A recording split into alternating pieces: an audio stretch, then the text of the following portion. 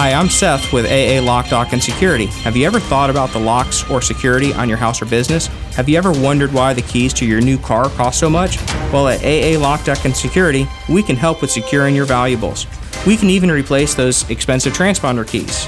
We can give you the knowledge that no one else will. Call AA Lock, Dock, and Security at 867-1965. That's 867-1965. Gene Powell Pasture Mowing. Gene and Debbie would like to thank you for another successful year of business. We want to wish everybody a safe, healthy, and prosperous 2017. We are ready to be of service with our pasture mowing. 352-629-2440. Locally owned and operated. Experienced and reliable. Commercial and residential. Licensed and insured. Powell Gene, Gene at yahoo.com. 352-629-2440. Gene Powell Pasture Mowing. 352-629-2440. Proud United States veteran. When you go into Automax, Marion County's #1 pre-owned dealer for over 15 years, you won't take the new car depreciation because Automax saves you thousands on late model vehicles. Browse the inventory online at automaxocala.com. Then come down to see the great vehicles and upfront pricing in person. Compare up to 60 models inside the climate control showroom. So take your time. No high pressure, no gimmicks, no games. On the corner of 17th and Easy Street. Automax. Quality cars, outlet prices. Right to remember. Live on stage, experience the magic that is the Fantastics. February 2nd through February 26th only, Ocala Civic Theater brings you this timeless tale of two starry-eyed lovers separated by a wall and their fathers. Call 352-236-2274. That's 236-2274. Or go to OcalaCivicTheater.com for tickets to what critics call the perfect musical. The Fantastics at the Ocala Civic Theater. Ocala's information station, 1370 WOCA. Ocala.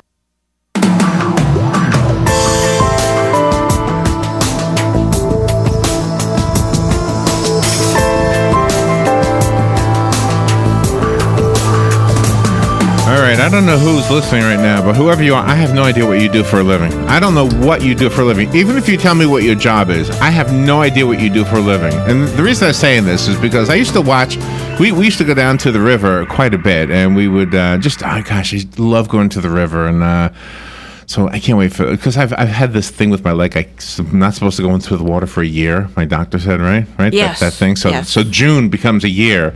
So we're going to be back down at the river. So anyway, but I would watch the freshwater and fish guys, you know, the guys in the boats, the patrols. Mm-hmm. And I would think if I was a police officer, I'd rather be on a boat than a police car, because a police car, you have to answer to robberies, you have to deal with knuckleheads and cars, and the boat looks so relaxing. What's the worst you got to do? Find out if somebody's got a fishing license?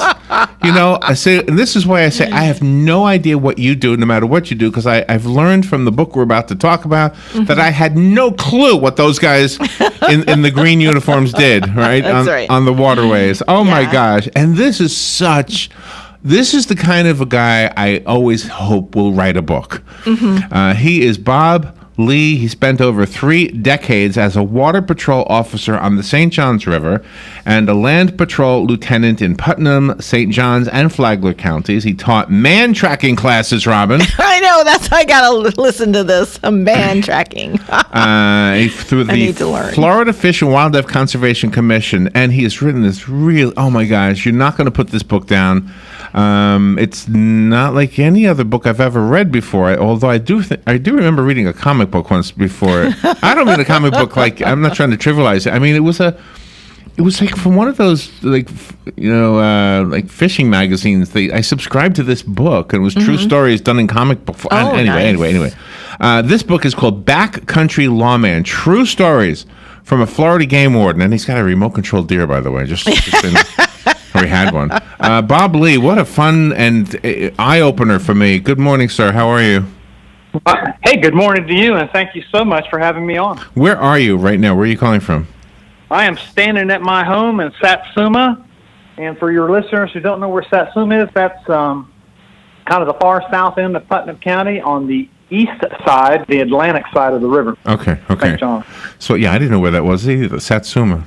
This is a fun book, and what you have done for a living is you're the kind of guy I always hope. I wish somebody like that would write a book, because it just seems like I had no idea what you did. I just had no clue what you did, and you've got knuckleheads there in the water as much as and you worked on you worked everything. So. Anyway, what made you decide to write the stories? I'm glad you did, but what made you decide to put a book out? Well, mainly kind of because what you already summed up. I really felt that I had some interesting experiences, and I thought that others might be interested and entertained, and maybe learn something if I were to write them up. Yeah. Which I did.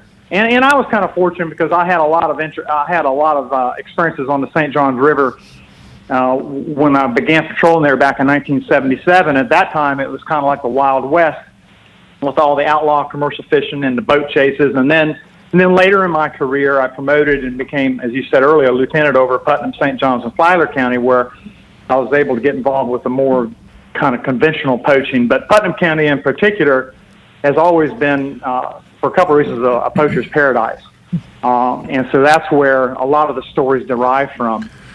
And I've got a good variety in the book. I don't try to... No, it's really awesome. Did you get your job as a water patrol did you request it, or did somebody just assign it to you? Oh, no.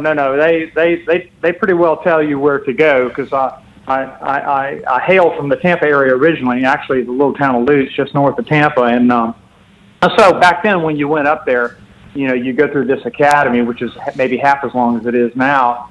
And then they say, okay, we have an opening on the St. Johns River. That's where you're going to go. Oh, gosh. And I'd never even been on the St. Johns River. And the biggest boat I'd been in up to that point was a 10-foot John boat with a 4-horsepower engine on it. So, all of a sudden you're thrust in this environment. I ended up with the fastest patrol boat in the state at that time, and you're told, okay, these guys are going to run. The guys being these outlaw commercial fishermen who were raised there their whole lives, and your job is to chase them down.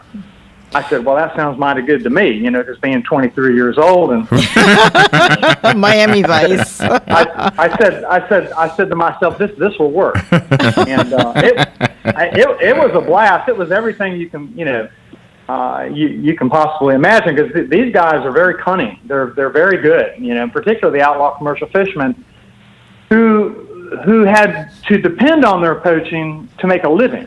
Yeah. It's a little bit different with most of your deer poachers. They don't do it to make a living, but these guys, they do it to make a living. And when they do it to make a living, it's a lot more serious, and they tend to give it a lot more thought as to what they're doing and how they get away with it. I mean, they had people assigned to watch me. I mean, they I bet they did. Yeah. They follow me down the road. I mean, everything. They drop off a guy with a 6-pack, some wino, and to sit down from my house to wait to see if I'd leave in the evening. And so. Oh my God. Yeah, I mean, they did all of these things. Well, a lot of times we hear people complaining about the police in general, and my comment is always, well, police are just enforcing the law. If you want the law changed, you've got to talk to somebody in one of our legislators. Not the police. So did you ever get that? Like, did a poacher ever say to you, "This is a stupid law"? I mean, you have to say, "Well, but it's the law." I mean, did that conversation ever happen? Well, yeah. I mean, the first thing they say is, you misunderstood. Well, no, I didn't misunderstood. I know exactly what you're doing. And then another remark that they might make is, well, you just can't do anything without breaking the law. But I've had a couple of them say that. Yeah. They pretty well understand what the law is. And they don't agree with it, because they go back to biblical times about netting the fish and Jesus and everything. And so they always use that as an illustration. But this is modern times. We're not we're not 2,000 years ago. And so now we have all this modern equipment that enables you to harvest fish so much more efficiently in such huge volumes that you've got to get a grip on it. I mean, you have to have some sort of rules to go by. Otherwise, the resource will be depleted. Were you ever shot at? No, I was never shot at. fortunately. I take that back. Yes, I have been shot at on not numerous, but several occasions, but it was all accidental. But okay. And those, as they say, are other stories, but not intentionally. No. Okay. Did you have to take a scuba course to become certified? No, that's an interesting question. No, we the only reason I've had some evidence that had to be dove up. Matter of fact, there was a fellow here in Ocala that retired a couple of years ago. I used to work with. His name is Donnie McMillan, and he'll be at my talk at Freedom Branch Library coming up on Saturday. Probably get to that in a minute, but I actually had him go down to Okawaha and dive up an electric shocking device that some poachers had thrown overboard out of their boat. But most of the time that we would need a diver in the recovery of a drowning victim, and most of the sheriff's departments already have teams set up for it, and so it's kind of an expensive thing to get into, and so we kind of relied on the sheriff's department for their dive teams when we had a drowning victim we had to recover. So, oh my God. So no, I don't think we've ever had a dive team that I'm aware of. We just kind of fall back on the sheriff's department. Okay, so you mentioned something, and we don't have it in our notes, so I'm glad you said something. You will be speaking at the Freedom Public Library this Saturday? Yes, that's actually. I just looked up. I think it's the Freedom Branch, Freedom Public Library, right, which is in Ocala. Right. I'll be there from 2 to 3 o'clock. Okay. Be giving a talk, and I'm happy to say that this library will round it out for me in Marion County. It's my last library. I will have done all of them. Oh, wow. Oh, nice. And so it's been, they've been very nice. The whole library system, the friends of the libraries are just fantastic. And I've had a ball doing this. And so I made the full circuit in Marion County. Oh, my gosh. Well, after my talk Saturday. For the listeners, if you can get over to the Freedom Public Library this Saturday, we didn't even know this, Bob. So Bob Lee will be there. If you've got him on an hour. 2 to 3 o'clock. 2 to 3. Oh, my gosh. You're going to love... we've only spoken to you a short while, but if your book is any indication of what your presentation will be, it's an eye-opener, it's entertaining. Mm-hmm. I don't know. I mean, we salute you because obviously you've done something. You almost died more than once in some of these stories. Oh, yeah, absolutely. Gosh. So let me take a little break, and we will be right back. We're not going away, though. We'll stay with Bob Lee. He'll be on the air with us on the other side of the break. Is your website bobhlee.com? Is that right?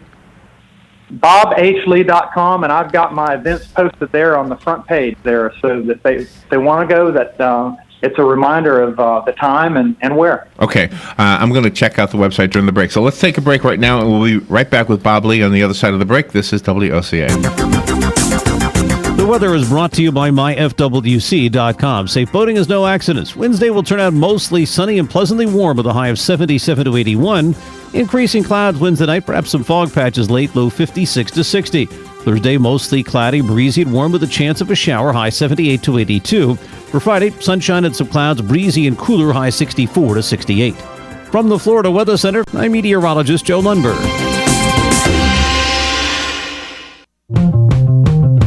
Hey, this is Matt Wilkerson from Verizon. You work all day, right? So why would you want to spend your night out shopping for that new phone? Well, Marion County, let me and Verizon help you out. I can deliver to your home or office, saving you precious time. Phone, tablets, internet, home phones, even accessories. Whatever you need, we will deliver free of charge. Call me at the store, 352-528-0020. That's 528-0020. The very best in quality is Captain T's Upholstery. Hey, this is Dan. Let me ask you a few questions. Does your boat look better with the cover on? Has your car's interior seen its better days? Stop using a towel to cover up those rips in the golf cart. Isn't it about time you had it restored to better than new with a custom upholstery from Captain T? Captain T's Upholstery has been right here in Ocala for nearly 20 years, so they know how to make your ride one of a kind. Whether you want to take that classic ride back to a factory look or put your favorite sports team front and center, Captain T's Upholstery is who to call. 352-369-1810. That's 352-369-1810. Or stop by their location, 5030 South Pine Avenue in Ocala, just past the drive-in. And of course, don't forget to visit them on the web, CaptainTupholstery.com. The very best in quality is Captain T's Upholstery. When you go into Automax, Marion County's #1 pre-owned dealer for over 15 years, you won't take the new car depreciation because Automax saves you thousands on late model vehicles. Browse the inventory online at automaxocala.com. Then come down to see the great vehicles and upfront pricing in person. Compare up to 60 models inside the climate control showroom. So take your time. No high pressure, no gimmicks, no games. On the corner of 17th and Easy Street. Automax. Quality cars, outlet prices. Ocala Business Leaders Incorporated is a group of independent local firms providing a wide range of quality goods and services. Each firm strives to maintain the highest level of professional integrity and 100% customer satisfaction. When you're looking for goods and services, call a member of the Ocala Business Leaders, and we are confident you will be pleased with the results. If you are interested in becoming a member of the Ocala Business Leaders, join us at the Ocala Elks Lodge, 25th Avenue in Ocala, any Wednesday at 7 a.m. and enjoy a breakfast on us. For more information, check ocalabusinessleaders.com. All right, 11 minutes now before 10 o'clock. It's 55 degrees. Temperature's not too bad. 78 is the expected high today. Tomorrow, some rain, and that'll bring in some cooler temperatures. Not too bad, though, until about Monday. Then temperatures drop to about 34 degrees at night. But we are in Florida. And Bob H. Lee is on the phone. He has written a book called Backcountry Lawman, True Stories from a Florida Game Warden. And right now he's in Putnam County, if I remember right. I can't remember the name of the city. Correct. I'm in the little town of Satsuma. Satsuma. Satsuma. A quarter mile from the St. Johns River. Wow. All right, so you will be at the Freedom Public Library this Saturday from 2 to 3 p.m. For the listeners, trust me, you're going to love the book. You're going to love the presentation. Backcountry Lawman is the title of the book. So tell us, one of the things I guess I found this fascinating, the remote control deer. Can we talk about that a little bit? Oh, absolutely. So you actually caught hunters breaking the law shooting at your remote control deer? Yes, and I have to tell you, it is probably one of the most fun experiences I've been had an opportunity to participate in my life, because it's just a hoot. I got to tell you, it's a hoot. It's a blast. Well, it looks. I mean, you got this dummy deer, this mechanical deer, right? And you're suckering these wannabe Davy Crockett's into shooting this fake deer constructed of dried deer hide stuffed with styrofoam, and it's great. And so I had to, you can't really have a game warden book unless you've got a robot deer story in it. And so I've included one. Hopefully the folks, get a chuckle out of it. But what can you? Yeah, we had a guy from I beg pardon? We're not spoiling the book if you tell that story, are we? I mean, can you tell that story? Well, actually, I've got another one. I've got another one that won't spoil anything. That'll probably be a little bit shorter. Okay. But what we typically do is a team of two will go into the woods, and we'll pick a good spot, a likely spot, an opening in a forest or along a creek bed, and I'll drop one guy off. In this particular case, I was with him. I dropped my officer off, and he sets the decoy deer up. The deer's on one side of the road, the officer's on the other, hidden in the bushes. I'm a quarter mile away. I'm the catch man, okay? And so a couple hours go by, I hear the shot, and I race over to the officer, and he's got our guys captured up. And they're both extremely red-faced. You just can't imagine the blood pressure that hits their head when they realize they're suckers. And so they're from Tampa. And I get to talking to them, and the one guy, the one suspect, he keeps shaking his head, and he's pushing dirt around with the toe of one boot. And obviously he was emotionally conflicted, and he finally blurts out, listen, you guys got to help me. My old lady, his words, will never believe me when I tell her I had to pay $200 in fines for shooting a fake deer. She's going to think I've been out. Well, he's telling me this. He's going to think I've been out with some old gal at a juke bar. Right. And so then he says, will you take my picture with the deer? I said, I'll do you one better. I'll put the officer and you hugging on the deer. Will that do it? He said, great. And so I took the picture, and we had a happy custom. So, oh my I God! love that. Well, see, the wife was a bigger fear than the law itself. That is correct. That's funny. That is correct. Oh my gosh! He'd kind of fallen off the wagon before with her. So, but you run into things like that, and then it's kind of neat. It's a fun experience. So. Did you become friends with one of the poachers? Yes, that was a long time in coming. It was because when back in the day when he was a poacher and I was a game warden, our relationship was strained. Let's put it that way, for sure. Right. But since I retired and since he kind of stopped poaching, from what I can tell, we did become friends. And his name is Roger Gunter. And for the folks out there who are kind of wondering what this guy's like, I would ask them to imagine a cross between a modern day Daniel Boone and a fictional Crocodile Dundee. Uh-huh.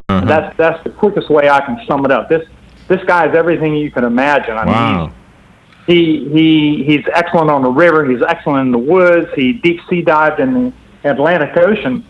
Actually, almost died from getting to bends.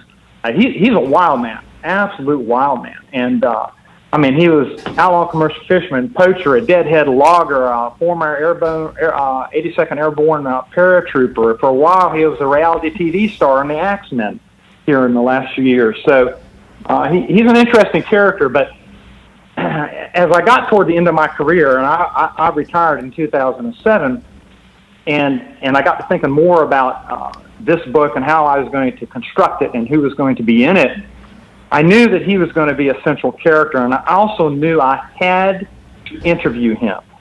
And so about 5 years before I retired, I started on it. And I see him at the boat ramp, and I'd say, Roger, how about it? And his reply to me would be, ain't no way, cat. He calls everybody cat. That way he doesn't have to remember their name. His life is, I mean, he looks at things through a very simple lens, okay? So I said, well, come on now. He said, no, I got too many secrets. I said, fine. 6 months later, I see him at the bait shop. What about it? Nope, ain't going to do it. The years roll on, and finally, I'm like a month from retiring, and I'm into the book now. I'm working on other stories, but I haven't interviewed him. I haven't talked to him. I have to talk to him. And so by this time, I found out my wife worked with his wife named Sharon. Her name is Sharon Gunter. They work up at the school board administration together. And she says, you got to go up and talk to Sharon about this. She's on your side. So I did. I met with Sharon up there, and she said, Bob, she said, his grandkids want you to write the story. His kids want you to write the story. I want you to write the story. The only one who doesn't want you to write his story or talk to him is Roger. So the short of it is this. We all collectively beat him down, and finally he told me, he says, okay. He says, I'll talk to you, but only after you've officially retired.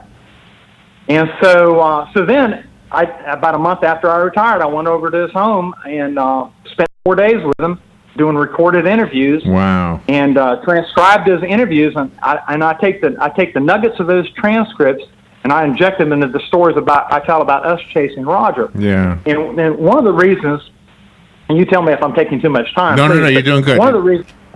And one of the reasons that I wanted to get his point of view, because I wanted to be able to show the reader what he was thinking while we're doing one thing. We're trying to catch him, but what is he thinking? He doesn't know we're there. He doesn't know we're there, but he always thinks we're right around the corner. So I show you what his thought processes are as he goes into the woods or if he's on the water. Uh-huh. And we're going after him. I show you how he thinks. And so we're actually switching scenes back and forth in this chapter. We'll call it the good guys and then the adversary, back and forth, until we finally come together and there's a resolution in the story. Roger's in 4 chapters of the book. And he's a big character, but if I hadn't done those interviews, it would have been one-sided and the story would have, it would have been kind of a lot more flat. But this way, I feel like it's more three-dimensional, if you will, because I've captured his point of view, and so I'm looking at it from a writer's standpoint now, not being a game where I'm looking at it as a writer. I have to get that interview, and when I finally got it, it's like a New York Times reporter getting the biggest scoop of his life. Yeah, I can understand why. Wow. Real quick, I want to tell you something that I have never taken an Amtrak train anywhere, and I keep saying to myself, I want to take a train. I want to see what it's like. But your story about the Choo Choo Poo Poo chapter, we've got like 2 minutes. Can you tell us what that is? The trains? Well, I never knew this. I never knew they did this.